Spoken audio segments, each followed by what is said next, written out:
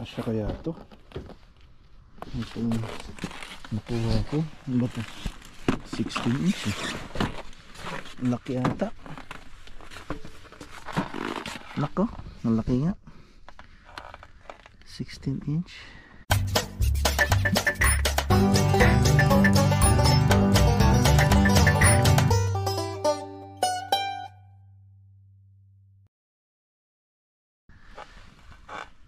R16 255. Malaki. Aha. Tingnan natin. Hindi pwede. Yan. Sunday. We're at the car. I'm gonna drop off my son to his soccer game. Say hi. Alright. Yun ang gamit natin ngayon is GoPro 12. I'm using DJI Mic 2 Bluetooth connection, and my setup for GoPro 12 is HDR. And parang ano na siya, sa dynamic range niya is better, kasi the last video I think I used +2 EV exposure compensation. Masyadong bright, so right now I'm just using HDR 10-bit kasi gusto ko yung 10-bit kasi more information, better picture pagka nasa rendering, better rendering sa editing, ganyan. Pero more information, more bigger file, right? So yan, we're gonna see how it goes. It's a little bit gray today, cloudy, and it's -9 outside. It's not as cold now, because before it was like -25. I think 2 days or just a day ago. And our gas here is still 161.9. Di pa rin nagbabago. Yan. How's the picture quality using GoPro 12? I have a Action 4, so I'm gonna try that. I haven't upgraded to Action 5 yet because there's no need. But siguro pag may 6 na, yun, dun ako mag-upgrade. So we'll see how it goes. Ito ang Queensway going to downtown. Tapos yun yung ano natin, Prince George welcomes you, downtown Prince George. Yun yung sign. Yan, yung sign na yan daw parang almost na, I don't know kung totoo yun. 1 million na. Just the sign. Ang dami sigurong kickback ng contractor, Yun yung kaya nagpupolitika dahil sa mga ganun nata. Hindi dahil sa I guess pagtulong din, but most likely it's kaya mayaman ng mga politicians, right? Because karamihan is kasi may influence, so businessman tends to approach them and give them kickbacks, right? Favorable kickbacks para sa kanilang mga business, yung mga businessman. And then the politicians in return, they benefit from the businesses, right? So yun ang kaibahan nung na kay Duterte binangga niya talaga yung malalaking businessman, ABS-CBN, mga ganyan, mga sila San Miguel, mga ganyan. Basta yung mga bahay dito sa downtown maliliit, pero mataas na rin ang value ng mga yan. Ayan, ito nyo, kapal ng snow.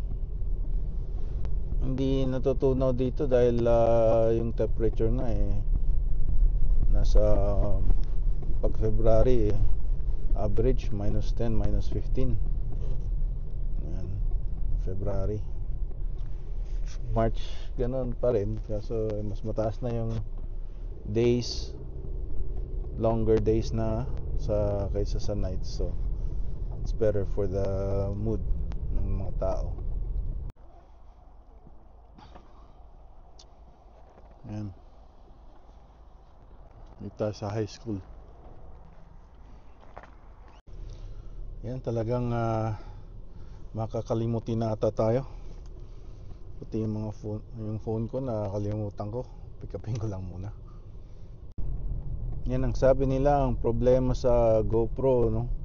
Kahit hindi mo ginagamit, naka-off.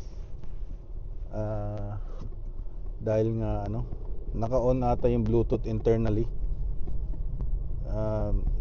Sa GoPro 11 meron siyang GPS. Yun, mas mabilis.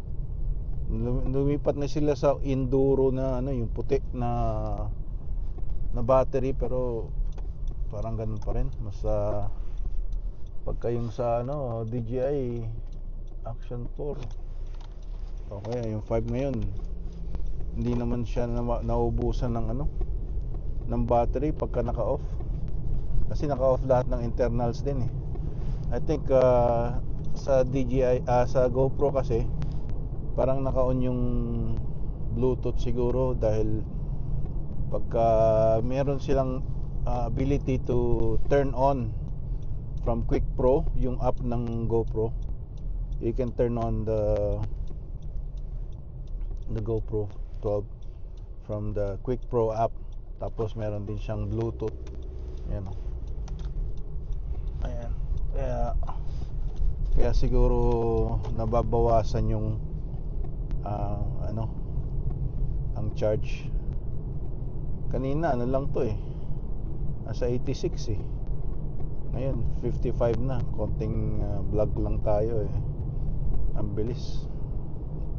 At saka naka-on, mag screensaver siguro para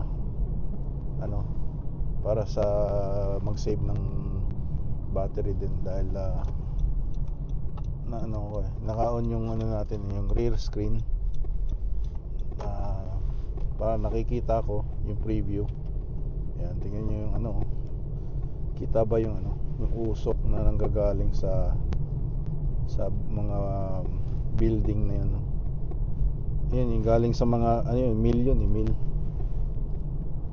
Ayan, kaya amoy pagka andito ka sa PG, sabi mo ang bantot, yun pala amoy ng yun, ng mga mil, yung mga wood o papel na parang hindi naman nasusunog pero nakulog, parang ganun.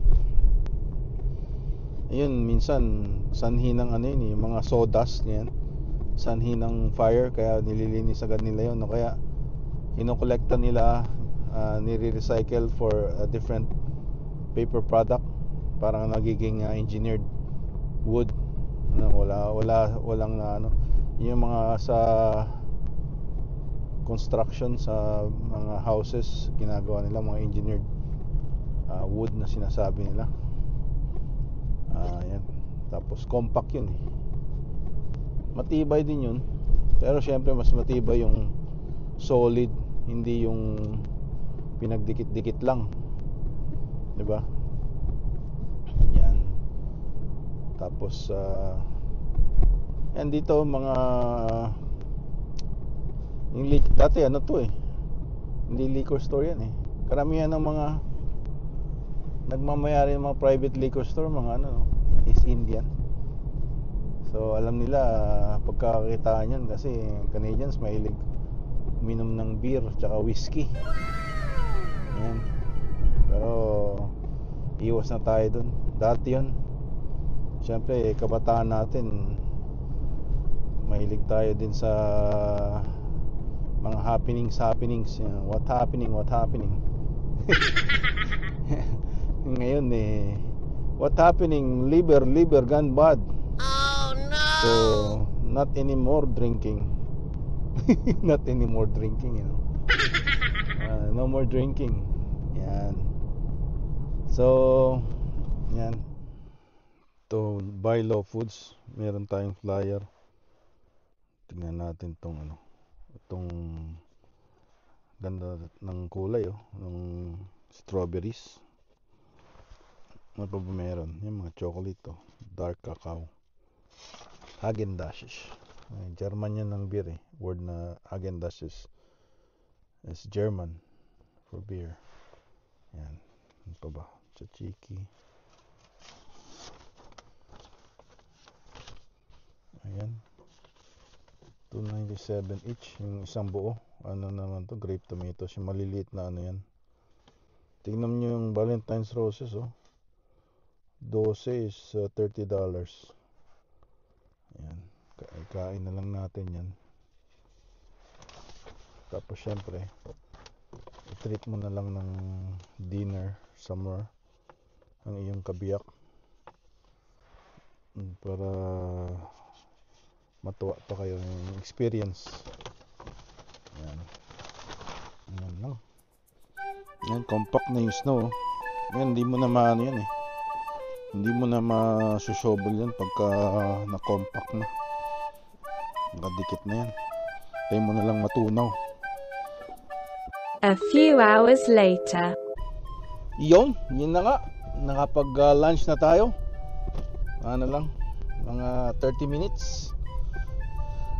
Naiwan ko rin kasi yung cellphone. So, might as well habang pinick up ko yung cellphone. Tapos patapos na rin yung soccer ng bunso natin. So, ayan, punta tayo.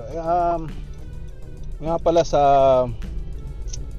yung mga Canadians na sa hockey sa stadium or sa Montreal ata yun, USA versus Canada. Natalo ang Canada but hindi kami Mr. Sunshine ba yun? Basta yung mga Canadians is booing pagka piniplay na yung Star Spangled Banner, national anthem ng Amerika, no, sa Canada and sa mga Raptors game. That's not a good idea. What you're supposed to be booing is Trudeau, not the US. Trump is doing things for the US for their own good, right? But I don't know kung sa mga reaction ng mga taga-US is well, he was elected, so that means like majority of them before now are for Trump, right? Pro Trump. So now hindi ko na alam kung ano yung nagiging reaction ng mga Americans for Trump. But yun, ragayan natin nung bago pa na 9 years ago, 2015 or ano na ata, 10 years na nga, 10 years na may elektong si Trudeau or empower si Trudeau. So before then, ano rin siya, like he was charismatic, people liked him, and you know, so yung mga ginawa niya na it's anti-Canadian is, well, mga ginawa siyang, I guess, okay din. Na ang unang ginawa lang niya na gustong gusto ng mga Canadian is yung nilegalize niya yung pot, right? So I don't know kung pwede sabihin yun sa YouTube algorithm, kasi minsan nalilimited yung monetizing mo pagka yung may sinasabi kang stuff na not advertiser friendly, I guess. So it's the words you say to sa YouTube or sa kay Uncle You. Kay Uncle You na lang. So yeah, it has to be advertiser friendly, and Yun, mabalik tayo dun sa it's not a good idea for the Canadians, no, na ibo natin ang Americans, because like us, like Canadians, like tumira ako sa US dati rin, no, and the government sometimes is not what, what the people are get represented. So merong mga image as Americans, tayo as a Canadian resident, na iba, right? So stereotype, yan, stereotype or click sa pagka may grupo-grupo, click ang tawag. Stereotype natin sa Americans, loud, rowdy, rude, ganyan, no? Pero not all of them, right? So ang Canadians being polite, saying sorry all the time, but not all the time, not all of them, right? So just a stereotype. Yan, may mga stereotype din tayo sa Asia, yan, mga sa Japanese, sa Chinese. Ayun nga pala, yung may napanood ako na isang live streamer na lagi parang pinapahiya yung mga, kasi docile or hindi lumalaban yung mga Japanese. Nandun siya sa tawag nito, sa subway ng Japan, and then parang gumagawa siya ng scene para mapahiya ang culture ng Japan or something like that, right? So tapos ang nangyari for views, so kumikita siya talaga. So China, pumunta rin siya, ganun din, parang pinagmamalaki pa niya na ganito gagawin ko, ganyan. Tapos nung nasa South Korea na siya, ayun, sinapak siya, no? Yo.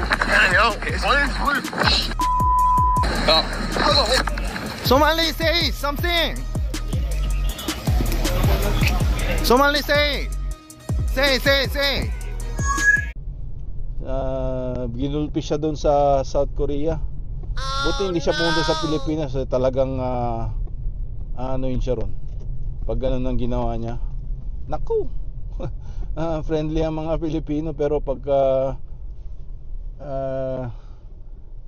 binaboy mo yung Pilipino, naku, maghahalo ang talop sa tinalupan.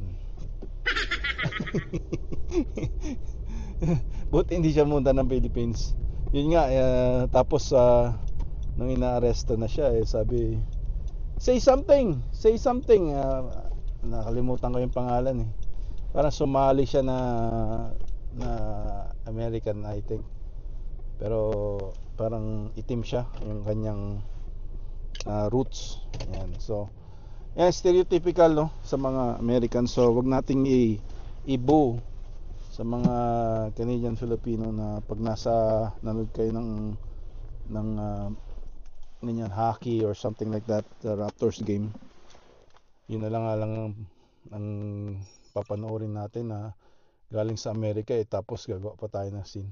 But I mean, it's not gonna affect them, I don't think, but it's just, I don't know if it's showing patriotism sa Canada, but I mean, it's showing ignorance for me pagka yung ganun. So I guess I suggest or advise not to do that. Yan. Ganda rin tong GMC Sierra Elevation. Ito, Volkswagen Bighorn, lalaki ng truck. Ram. Dito turbo diesel, Cummins heavy duty. Dito usong-usong ang truck, big truck. Ayan, hanggang dito na lang muna ang ating vlog, at see you next vlog. Don't forget to like, subscribe. Yun, 11% pa, bakit nawawala na ng battery?